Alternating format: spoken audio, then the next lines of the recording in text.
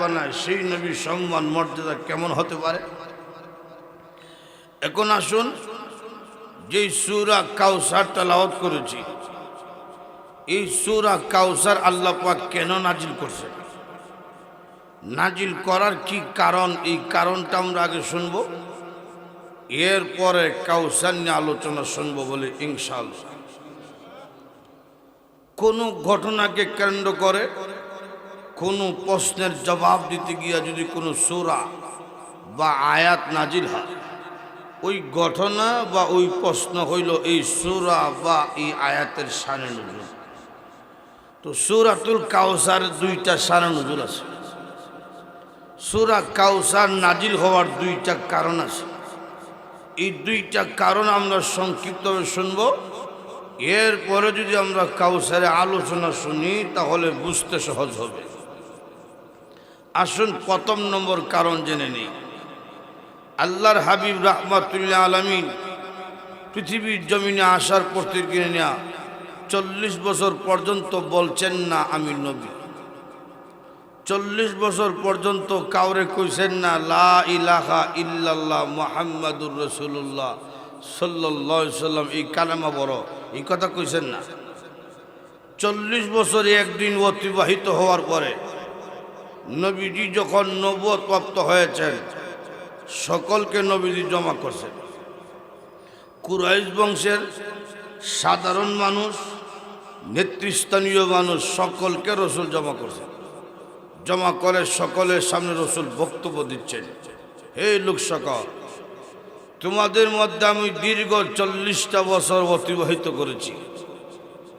তোমরা আমার শৈশব দেখেছ, তোমরা আমার তরুণ বয়স দেখেছ, তোমরা আমার যৌবনকাল দেখেছ, তোমরা আমার ব্যবসা বাণিজ্য দেখেছ, তোমরা আমার লেনদেন দেখেছ, তোমরা আমার দিনের অবস্থা দেখেছ, তোমরা আমার রাতের অবস্থা দেখেছ। তোমরা কি কেউ বলতে পারবে আমি মুহাম্মদ কোনোদিন কারোর সাথে মিথ্যা কথা বলছি? উপস্থিত সবাই এক বাক্যে জবাব দিছে, আপনি কোনোদিন মিথ্যা কথা বলেন নাই। সুবহানাল্লাহ বলবেন না? সব এক বাক্যে বলছে, হে মুহাম্মদ, আপনি কোনোদিন মিথ্যা কথা বলেন নাই। তখন নবীজি বললেন, 40 বছর আমি মিথ্যা বলি নাই, আজও মিথ্যা বলবো না, ভবিষ্যতে মিথ্যা কথা বলবো না। শোনো, কয়েকদিন পর পর মহান আল্লাহ জান্নাতের দৃশ্য আমার চোখের সামনে তুলে ধরে, জাহান্নামের দৃশ্য আমার চোখের সামনে তুলে ধরে।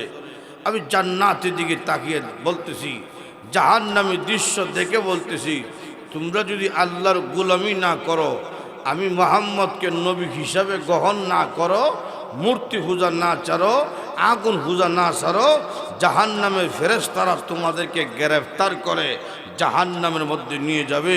তোমরা সবাই বলো লা ইলাহা ইল্লাল্লাহ মুহাম্মাদুর রাসূলুল্লাহ সাল্লাল্লাহু আলাইহি ওয়াসাল্লাম। যেই মাত্র নবীজি কালেমা দাওয়াত দিছেন, এতক্ষণ যারা কইছিল মুহাম্মদ সাদেক, মুহাম্মদ সত্যবাদী, এতক্ষণ যারা বলছিল মুহাম্মদ আল আমিন, মুহাম্মদ বিশ্বস্ত, মুহাম্মদ খুব ভালো, নবীজি কালেমা দাওয়াত দেওয়ার কারণে ওরা বলতেছে, ও বুঝছিলাম উনি বালা, কিন্তু এ হনকুর কথা বোঝা যায় উনি পাগল হয়ে গেছে। নাউজুবিল্লাহ, জুড়ে কইবেন না? রসুল কি পাগল ছিলেন? জুড়ে বলেন। আমরা সমাজও এইরকম কিছু মানুষ আছে, মসজিদের ইমাম সাহেব খুব ভালো, মিঠা মিঠা বয়ান করে, খুব ভালো। যখন ইমাম সাহেব সুদের ওয়াজ শুরু করছে, তখন পাবলিকে সমালোচনা করে, আমরা মোল্লা বেটো নষ্ট হয়ে গেছি, কি বদলাইলি তুই? কথা কোন ঠিক কিনা? এইরকম আছে না নাই? রসুলকে 40 বছর পর্যন্ত কইল মুহাম্মদ খুব ভালো। রসুল যখন 40 বছর পরে কালেমার দাওয়াত দিছে, তখন কয় মুহাম্মদ পাগল হয়ে গেছে। সবাই যখন কইতেছে পাগল, আবু জেহেল কিন্তু নীরব, কিচ্ছু কইতেছে না। কেন? আবু জেহেল মনে মনে বুঝত ভিতরে ভিতরে বুঝতো মোহাম্মদ তিনি সাধারণ কেউ না, এটা বুঝতো, কিন্তু মানছে না। বুঝতো যে একটা ঘটনা কই তাহলে সহজে বুঝবে, হ্যাঁ যে বুঝতো যে মুহাম্মদ সাল্লাল্লাহু আলাইহি সাল্লাম সাধারণ কেউ না। একদিন নবীজি হাতিমে কাবার সামনে দাঁড়াইয়া তেলাওয়াত করতেছে, যার কাছে কুরআন নাজিল হয় সেই নবীজি তেলাওয়াত করলে কি পরিমাণ মজা হতে পারে। নবীজি তেলাওয়াত করে, রসুলের পিছনে একটা কাফের তেলাওয়াত শুনতেছে। রসুল তেলাওয়াত করে, আল হাক্কাহ মাল হাক্কাহ ওয়া মা আদরাকা মাল হাক্কাহ। রসুল যখন এই আয়াতগুলো পড়ছেন, যে কাফের তেলাওয়াত শুনতেছে, সে হইতেছে মুহাম্মদ হাক্কা হাক্কা হাক্কা, এটা কিতা করে? কবিতা মতন শোনা যায়, হাক্কা হাক্কা ছন্দ মিল। কুরআনের অনেক সূরা আছে কবিতা মতন ছন্দ মিল। সুবহানাল্লাহ জুড়ে গো। الرحمن علم القرآن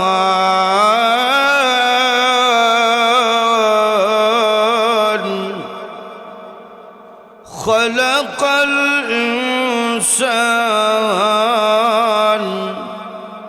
علمه البيان।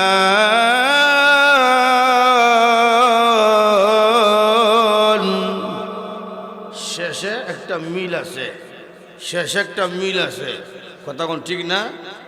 আরো আছে, والشمس وضحاها والقمر إذا تلاها والنهار إذا جلاها والليل إذا يغشاها والسماء وما بناها। শেষে একটা মিল আছে, হা হা হা, পুরাটা সূরা জুড়ে কন্যা সুবহানাল্লাহ। তো সেই কাফের বলতেছে মুহাম্মদ তো দেখা যায় কবি হয়ে গেছে, তো মুহাম্মদ কবি হইল কিভাবে? লেখাপড়া তো কোনোদিন করছে না। কোন নবী রাসূল পৃথিবীর কারো কাছে লেখাপড়া করেন নাই।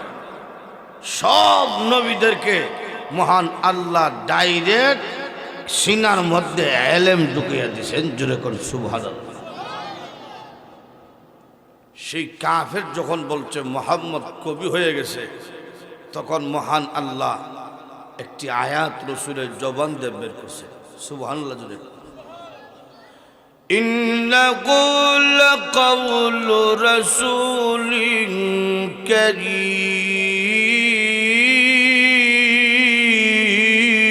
কারীম।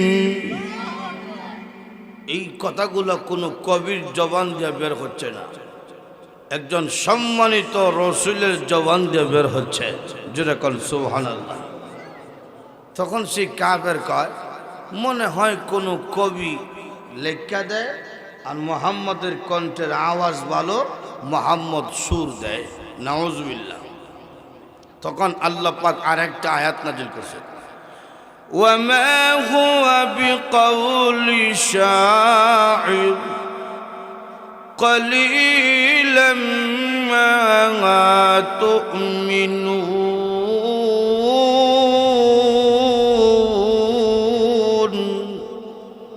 এটা কোনো শায়রের কথা না, কোনো কবির কথা না। তখন সেই কাফের কয়, আমি তো মনে মনে কইছিলাম কবি মনে হয়, আমার মনের কথা মুহাম্মদ জানলো কেমনে? তাহলে বোঝা যায় মুহাম্মদ শুধু কবি না, মুহাম্মদ গণ হয়ে গেছে। যেটা কর নাউজুবিল্লাহ। আল্লাহ পাক আরেকটা আয়াত নাযিল করছে, ওয়ালা বিকাউলি কাহিন কলিলাম মা তুমিনুন।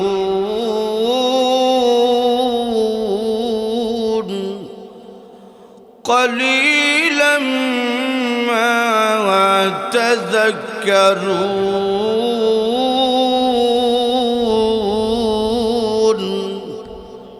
এটা কোনো কাহিনের কথা না, কোনো গণকের কথা না, জ্যোতিষের কথা না।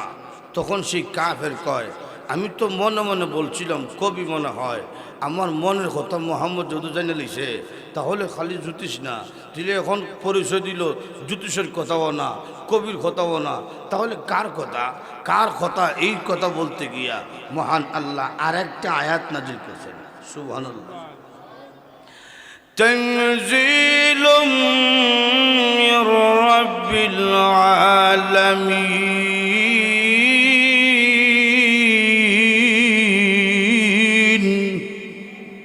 গোটা পৃথিবীর পালনেওয়ালা কে? আরো জোরে কন। গোটা পৃথিবীর পালনেওয়ালা যিনি, সেই আল্লাহর পক্ষ থেকে এই কথাগুলা নাজিল হচ্ছে। তখন সেই কাফের দুর্ময়রা শুইলা গেছে আবু জেহেলের কাছে, গিয়া কইতেছে, আবু জেহেল সাহেব, মুহাম্মদ সত্য নবী, আমার কোনো সন্দেহ নাই। সুবহানাল্লাহ। এবং যেই কথাগুলো বলতেছে এগুলো তার বানানো কোনো কিতাব না, এগুলো আল্লাহ প্রদত্ত কথা, আমার কোনো সন্দেহ নাই। তখন আবু জেহেল কয়, তুই আজকে বুঝছ? তুই আজকে বুঝছ? বলে জি, আমি আগ থেকেই জানি মুহাম্মদ সাধারণ কেউ না। সুবহানাল্লাহ। যদি মানেন না কেন? মানলে আমার ক্ষমতা থাকে না, এই জন্য আমি মানি না। এইরকম এখনো অনেক নাস্তিক আছে, এরা বুঝে আমাদের নবী সত্য নবী, এরা বুঝে কুরআন সত্য, এরা বুঝে মুসলমান সন্ত্রাস না, এরপরও আমার নবীকে ব্যঙ্গ করে, এরপরও আমার কুরআনকে গালি দেয়। এদের শরীরের মধ্যে আবু জেহেলের রক্তের ছিটা আছে। আরো যেরকম ঠিক কিনা? সবাই কইতাছে মুহাম্মদ সাল্লাল্লাহু আলাইহি সাল্লাম পাগল হয়ে গেছেন। কেন? তিনি লা ইলাহা ইল্লাল্লাহ মুহাম্মাদুর রাসূলুল্লাহ এই কথা বলছেন। এই জন্য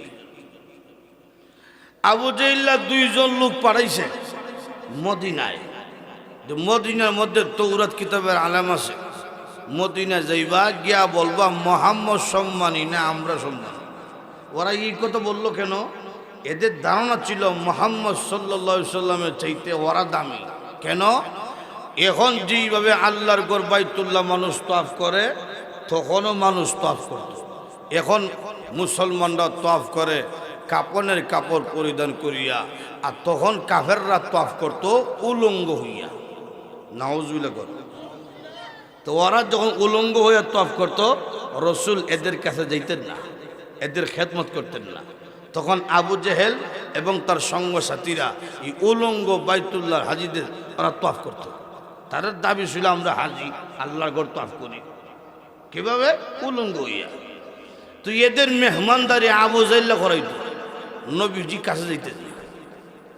তো আবু জেহেলের ধারণা ছিল মুহাম্মদ যেহেতু বাইতুল্লাহর মেহমানদের খেদমত করে না, আমরা খেদমত করি, এই দৃষ্টিতে মুহাম্মদের যেটা আমরা দামি। নাউজুবিল্লাহ জুড়ে করে।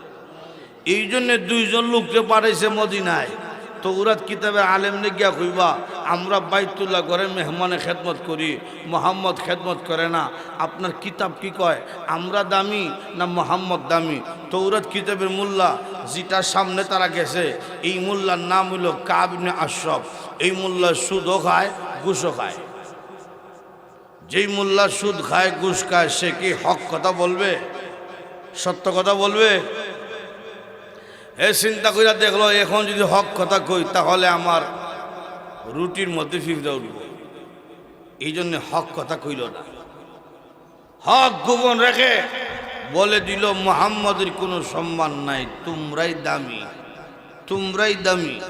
তখন দুই কাফের মক্কা আইছে, মক্কা আয়া কইল মুহাম্মদ তৌরাত কিতাবের আলেম কইছে আপনার কোনো সম্মান নাই, আপনার কোনো ইজ্জত নাই। তখন নবীজিকে মহান আল্লাহ সান্ত্বনা দিয়েছেন। নবীজি সম্মান মর্যাদা বয়ান করতে গিয়া সূরাতুল কাউসার আল্লাহ নাজিল করছেন। এটি হলো একটা কারণ। দুই নম্বর কারণ হইল নবীজির মেয়েগণ জন্মগ্রহণ করছে, ছেলেগণ জন্মগ্রহণ করছে। মেয়েগণ বড় হয়েছে, বিবাহ দিছে, ছেলেরা হায়াত পেয়েছে না। কোনো ছেলে 1 মাস, কোনো ছেলে 2 মাস, শুধু কাসেম তিনি হায়াত পেয়েছিলেন 8 বছর। 8 বছরের ছেলে কাসেম যখন এন্তেকাল করছেন, নবীজি কান্না করতেছে। ছেলে এন্তেকাল করলে মা বাবা স্বাভাবিক কাঁদবেই, কথা কোন ঠিক না? কাঁদবেই তো। নবীজিও কান্না করতেছে। সাহাবাই কেরাম বলছেন, ইয়া রাসূলুল্লাহ, ওগো নবীজি, আপনি তো নিষেধ করছেন কেউ মরলে যেন না কান্দে, আপনি কান্দেন কেন? তখন নবীজি বলছেন, চোখের পানি সেরে সেরে কানতে আমি নবী নিষেধ করছি না। নবীজি নিষেধ করছেন ওই কান্না, যে কান্নাটা আমরা সমাজের মহিলারা কান্দে, কথা কোন ঠিক কিনা? আমরা যে সমাজের মহিলাদের খান্দা দেখ শুননি, এক বেটির ফুলা মরছে তো বেটি খানতাছে, ও আল্লাহ ও মুখর দেখি 7টা ফুলা একটাও নিলায় না, আমারটা তুমি নিয়া গেলায়, আমারে বুঝি দুর্বল হইছ। আল্লাহ বলে বেটির দুর্বল হয়েছে, রসুল কয় এইটা নিষেধ করছি, কথা কোন ঠিক কিনা? আর যদি সবর করতে পারো, ধৈর্য ধারণ করতে পারো, আল্লাহ আমাকে ছেলে দিয়েছিলেন, মেয়ে দিয়েছিলেন, আবার নিয়ে গেছে, আমি সবর করলাম। যদি সবর করতে পারো, কিয়ামতের কঠিন ময়দানে আল্লাহ রাব্বুল আলামিন তোমাকে উত্তম পুরস্কার দান করবেন। কিয়ামতের মাঠে আল্লাহ রাব্বুল আলামিন আপনার ছোট্ট বাচ্চাকে বলবেন, তুমি তো মাসুম, তোমার কোনো গুনাহ নাই, তুমি চলে যাও জান্নাতে। ছোট্ট বাচ্চা বলবে, প্রভু প্রভু গো, দুনিয়ার জমিনে গিয়েছিলাম, বাবাকে বাবা বলে আমি ডাকতে পারি নাই, মাকে মা বলে ডাকতে পারি নাই, আমাকে হায়াত দাও নাই। হ্যাঁ প্রভু, কই আমার মা বাবা, দাও আমার সঙ্গে, আমি একসাথে জান্নাতে যাব। আল্লাহ বলবেন, তোমার মা বাবার আমল ভালো না, ওরা জাহান্নামে লাইনে দাঁড়াইছে, তুমি জান্নাতে যাও। বুখারী শরীফের হাদিসে উল্লেখ করা হয়েছে, ছোট্ট বাচ্চা বলবে, প্রভু আমি জান্নাতে যাব না যতক্ষণ পর্যন্ত আমার মা বাবাকে না দিবা। এমনি আল্লাহ বলবেন, নিষ্পাপ বান্দা, তোর দরখাস্ত মঞ্জুর করে আমি আল্লাহ রাব্বুল আলামিন তোর মা বাবার জিন্দেগির গুনাহকে মাফ করে তোর মা বাবাকে জান্নাতে যাওয়ার টিকিট দিয়ে দিলাম। নবীজি বলেন, কেউ মরলে আল্লাহকে দোষারোপ কইরো না, সবর কইরো, ধৈর্য ধারণ করিও। নবীজির ছেলে কাসেম ইন্তেকাল করেছেন, নবীজি চোখের পানি সেরে সেরে কান্না করে। পাশের বাড়ির লোক আবু জেহেল নবীজি দরবারে গেছে, গিয়া নবীজির ব্যথিত মনে কষ্ট দিতেছে, এ মুহাম্মদ, তুমি না নবী দাবি করো, তুমি দুনিয়া থেকে বিদায় হয়ে গেলে, তোমার সম্মান ধরে রাখার তো কেউ আর থাকলো না, তোমার ছেলে ওই বাসে না, আমি আছি, আমার ছেলে আছি, ছেলের ঘর নাতি আছে, তোমার তো কেউ নাই, তোমার সম্মান মর্যাদা কে ধরে রাখবো? তখন মহান আল্লাহ রাব্বুল আলামিন নবীকে সান্ত্বনা দেওয়ার জন্য সূরাতুল কাউসার নাজিল করলেন। নবীজি পৃথিবী থেকে বিদায় হওয়ার পরে নবীজির সম্মান মর্যাদা কে ধরে রাখবো, সেই কথা বলতে গিয়া মহান আল্লাহ সূরাতুল কাউসার নাজিল কইরা দিছে। ইন্না আ'তাইনাকাল কাউসার, ওগো নবীজি নিশ্চয়ই আমি আল্লাহ আপনারে কাউসার দান করলাম। সুবহানাল্লাহ, জুড়ে কোন। নবীজি বলেন, কাউসারের 1 নম্বর ব্যাখ্যা হইল আল্লাহ রাব্বুল আলামিন আমারে হাউজে কাউসারের মালিক বানাইছে। নবীজি বলেন, হাউজে কাউসার দেখেছি। মেরাজের রাতে জান্নাতের ভিতরে অথবা জান্নাতের বাহিরে একটা কুয়া আছে, যে কুয়ার নাম হলো হাউজে কাউসার। নবীজি বলেন, আমি দেখলাম কুয়ার পালের মধ্যে হুক লাগানো আছে, হুকের মধ্যে গ্যালাস ঝুলানো আছে। আকাশের তারকারা যেভাবে গণনা করা সম্ভব নয়, হাউজে কাউসারের পারে কি পরিমাণ গ্যালাস আল্লাহ ঝুলে রাখছে গণনা করা সম্ভব নয়। নবীজি বলেন, কুয়ার পানি আমি দেখেছি দুধের চেয়ে আরো বেশি সাদা, মধুর চেয়ে আরো বেশি মিষ্টি, মেশকে আম্বরের চেয়ে আরো বেশি সুগারান। হাউজে কাউসারের পানি দেখ কি রকম ক্ষমতা, কি পরিমাণ তার পাওয়ার। নবীজি বলেন, কিয়ামতের মাঠে যদি কোনো মানুষ সূর্যের নিচে দাঁড়িয়ে থাকে আর যদি এক গ্লাস পানি পান করতে পারে, 50,000 বছর সূর্যের নিচে দাঁড়িয়ে থাকলেও আর কোনো দিন পানির পিপাসা লাগবে না। নবীজি হাউজে কাউসারের পারে দাঁড়িয়ে চোখের পানি ছেড়ে ছেড়ে কান্দে, ও খোদা, এই কুয়ার মালিক তো আমি না, এই কুয়ার মালিক তো তুমি, কোন নবী রাসূল না। প্রভু, প্রভু গো, এই কুয়ার মালিক আমারে বানিয়ে দাও। কিয়ামতের কঠিন ময়দানে আমি আমার গুনাহগার উম্মতকে পানিটা পান করাবো। আল্লাহ রাব্বুল আলামিন বলছেন, ওগো নবীজি, এই দুনিয়ার জমিনে আদম পয়গম্বর যাওয়ার পরে 400 বছর পর্যন্ত কান্না করছিল। কান্নার কারণ আমি আল্লাহকে খুশি করা। আমি আল্লাহ খুশি হয়ে গেলাম, আদম এবং হাওয়াকে মিলিয়ে দিলাম, মাঝখানে কাউসারের মালিক বানাই নাই। ইব্রাহিম নবী আমি আল্লাহকে খুশি করার জন্য নমরুদের আগুনের মধ্যে ঝাঁপ দিয়েছে। আমি আল্লাহ খুশি হয়ে গেলাম, নমরুদের আগুনকে জান্নাতের ফুল বাগান বানিয়ে দিলাম। আপনার ছেলে কাসেম তাহির ইব্রাহিমকে এনে আমি আল্লাহ রাব্বুল আলামিন আপনার নবীকে হাউজে কাউসারের মালিক বানিয়ে দিলাম। রসুল তখন কয়, আমার ছেলে যদি মরতো না, বাঁচতো, একদিন তো মরতো। কথা ঠিক না? একদিন তো মরতো। হয়তো একটু আগে আল্লাহ নিয়ে গেছে, কিন্তু মাঝখান দিয়ে তো আমি কাউসারের মালিক হয়ে গেছি। কিয়ামতের কঠিন ময়দানে আমি আমার গুনাহগার উম্মতকে হাউজে কাউসারের পানি পান করামু। আমার ভিতরে আর কোনো কষ্ট নাই। জোরে কোন সুবহানাল্লাহ।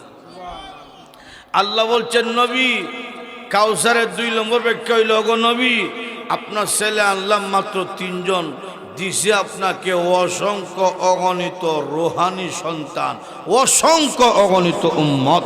জোরে কোন সুবহানাল্লাহ। হে নবী, সন্তান আনছি মাত্র 3 জন, কোন বর্ণনা আছে 60 জন, তো 60 বা 3 আনলাম 3 জন, দিছি আপনাকে অসংখ্য অগণিত রুহানি আওলাদ, রুহানি সন্তান, অসংখ্য অগণিত উম্মত। এমন এক উম্মত আপনাকে আমি আল্লাহ দান করছি, এই রকম উম্মত আর কোনো নবী রাসূলের ছিল না। এমন এক উম্মত তারা আপনার ইজ্জত রক্ষার জন্যে রাজপথে জীবন দিবে, তারা আপনার জন্য ফাঁসির কাষ্টে ঝুলবে, তারা আপনার জন্য আগুনের ঝাঁপ দিবে। এরপরও তারা আপনাকে কোনোদিন ভুলবে না। যে এখন ঠিক না, এই উম্মতের এমন এক বৈশিষ্ট্য, এমন এক বৈশিষ্ট্য এই উম্মতের, তারা তার নবীকে নিজের মা বাবার চাইতে, নিজের বিবি বাচ্চার চাইতে, এমনকি নিজের জীবনের চাইতে নবীকে কোটি কোটি গুণ বেশি ভালোবাসি। কথা কোন ঠিক না? মুসা নবীর উম্মত 6 লক্ষ ছিল। তারা কেমন ছিল? কেমন ছিল তারা? লোহিত সাগর পার হইয়া ওই পারে গেছে। যেই মাত্র লোহিত সাগরের ওই পারে গেছে, এখন তারা কয়, মুসা পয়গম্বর আপনার সঙ্গে 2টা বাড়ি ছেড়াইছি, সে একটু খিদা লাগছে, খাবার দেন। তো মুসা নবী কয় আল্লাহ খাবারের ব্যবস্থা করেন।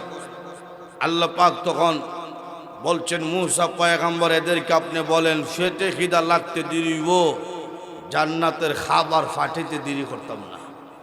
সুবহানাল্লাহ জোরে কর। এরপরে তারা কয় আপনার সঙ্গে জুড়ে যাইছি, ফরনে শুধু কাপড়, অতিরিক্ত কোনো কাপড় নাই।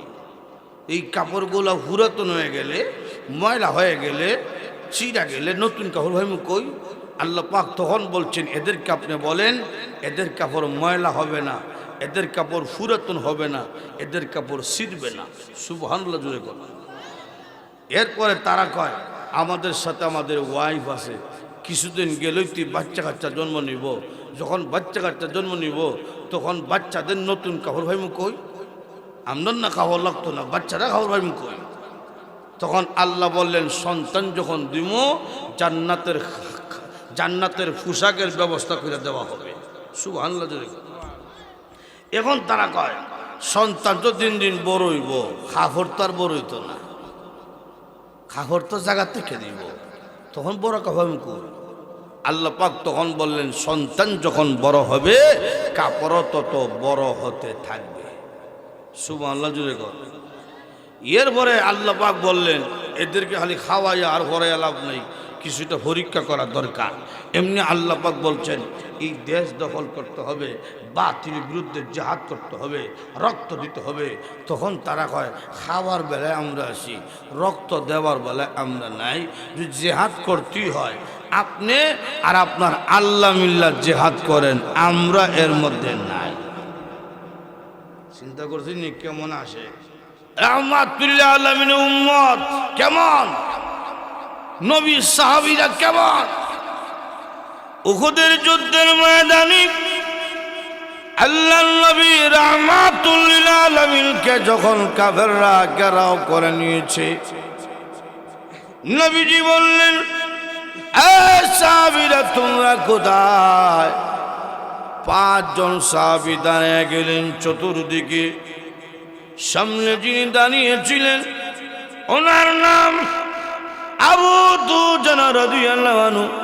তিনি দাঁড়াইয়া ডাক দেয়া বললেন হে কাফেররা যত মারার মারো আমার বুকে মারো, আমি জিন্দা থাকতে নবীজির শরীর মুবারকে একটা তীরের জখমও লাগাইতে দিব না। জোরে কন্যা সুবহানাল্লাহ। তিনি দাঁড়িয়ে রইলেন, ও কোনো শব্দ নাই, কোনো নড়াচড়া নাই, কোনো হারকাত নাই। আর একজন সাহাবী ডাক দেখায় কিরে আবু দুজানা একটু নড়াচড়া করো না কেন, হারকাত করো না কেন?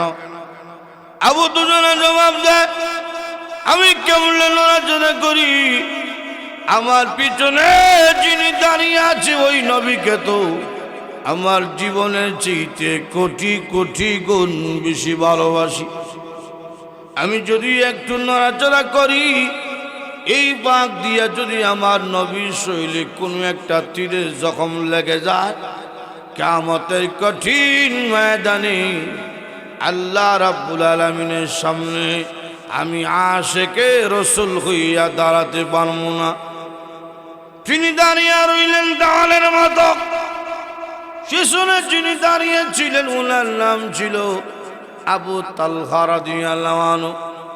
তিনি দাঁড়াইয়া ডাক দা বললেন হে কাফেররা যত মারার মারো আমার পিঠের মধ্যে মারো, আমি জিন্দা থাকতে নবীর শরীর মোবারকে একটা তীরের জখম লাগাইতে দিব না।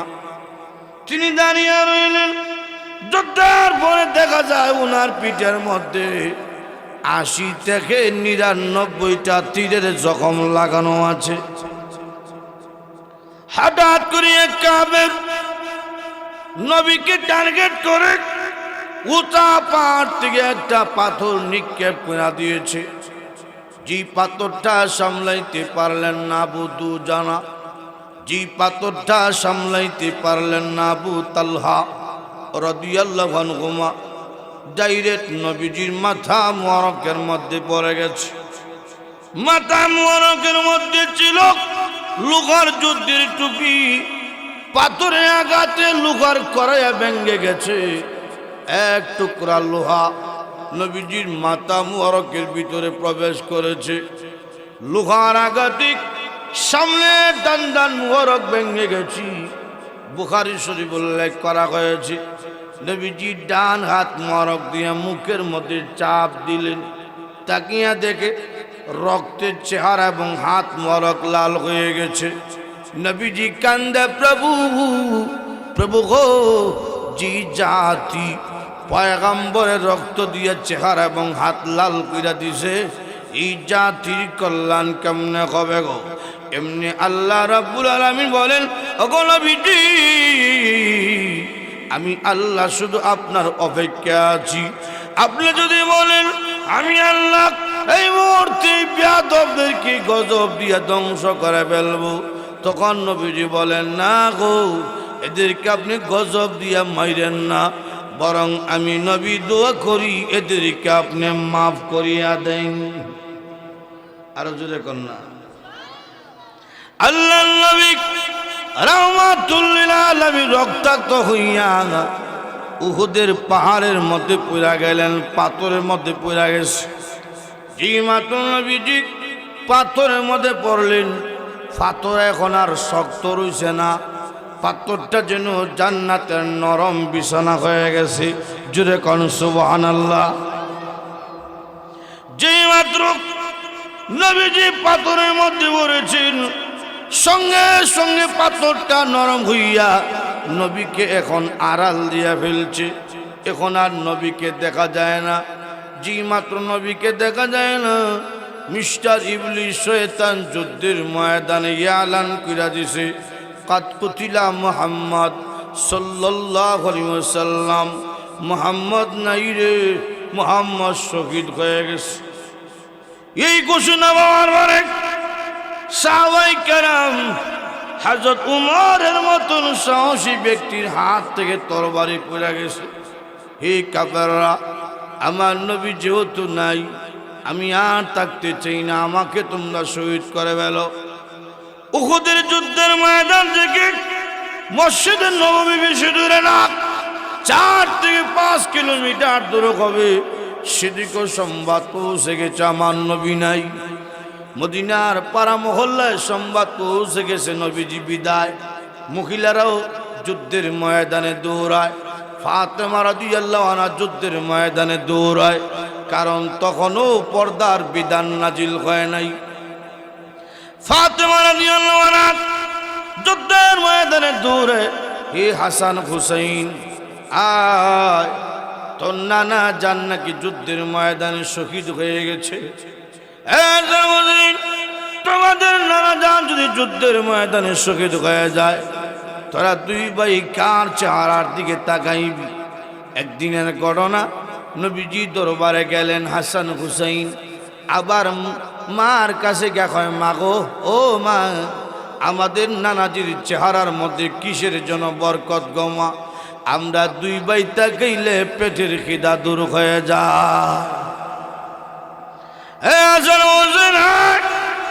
কার চেহারা দিকে তাকাইবি?